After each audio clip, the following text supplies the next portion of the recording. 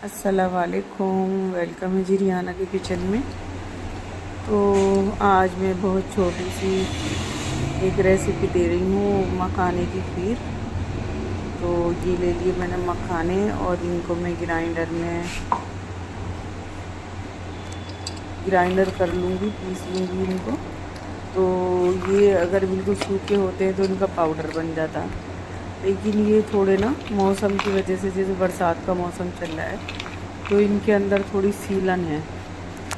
तो फिर मैं इनको ना पानी डाल के जब इसका पेस्ट बनाऊंगी, और मैंने रख दिया कढ़ाई में दूध बॉईल होने के लिए। तो बस इसको मैं पानी डाल के इसका पेस्ट बनाऊंगी। इस वजह से ये पीले पीले हो गए। तो ये मेरा दूध बॉईल हो गया था, तो मैंने इसके अंदर अपने मखाने डाल दिए जो मैंने पानी में पेस्ट बनाया था।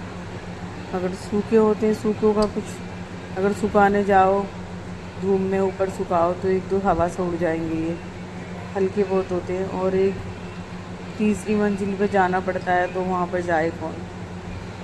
तो जी अब मैं इसको इसी तरह से चलाती रहूँगी जब तक कि इसके अंदर खद्दे ना आ जाएंगे।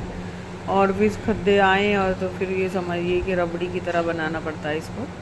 तो बस फिर मैं इसको बार बार चेक करती रहूँगी और 5 मिनट को आके चलाती रहूँगी, और इसी तरह से बन जाएगी मेरी खीर मखाने वाली। बहुत इसके अंदर विटामिन से भरपूर होता है, कैल्शियम, आयरन, बहुत सारे प्रोटीन इसके अंदर भरे हुए होते हैं। ये ऐसा नहीं होता, मखानों में बहुत सारे प्रोटीन होते हैं। तो बस मैं ये रोज़ ही बनाती हूँ, तो मैंने सोचा चलो आपको भी एक छोटी सी रेसिपी दे देती हूँ। तो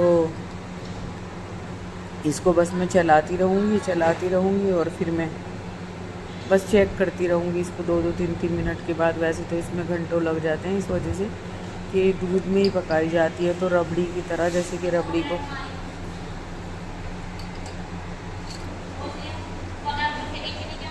चली जा, ऐसे चली जा। हाँ,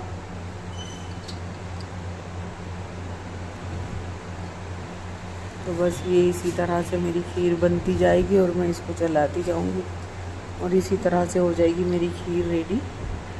तो ये मेरे यहाँ परवीन जो भी मेरे साथ में काम कराती है, मैं भी करती हूँ, ये भी करती है।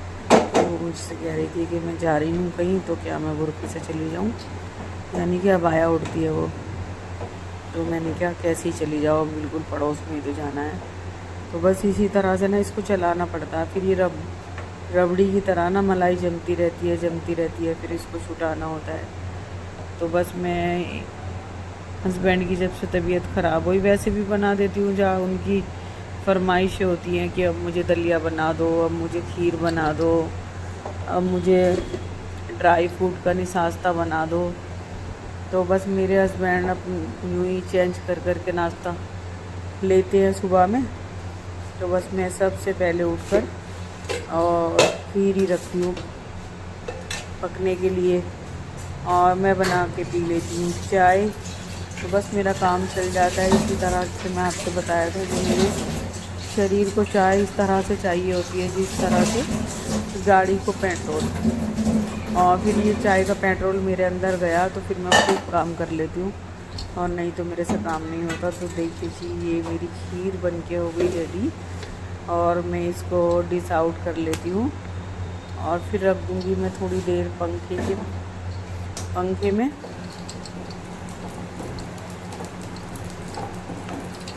तो काफ़ी टाइम लगता है इसमें, कभी कभी तो 2 घंटे लग जाते हैं। 2 घंटे तो बिल्कुल मान के चलिएगा।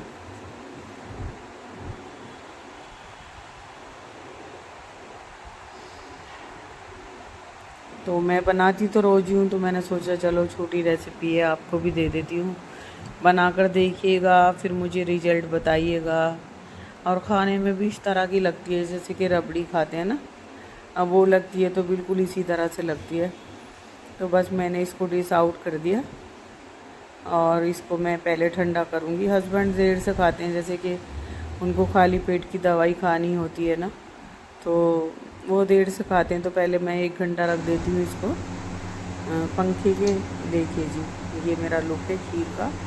बहुत टेस्टी, बहुत यमी, बहुत ही लजीज बनती है। तो बस आज का ये मेरा व्लॉग दिखाना था आपको। अल्लाह हाफिज़।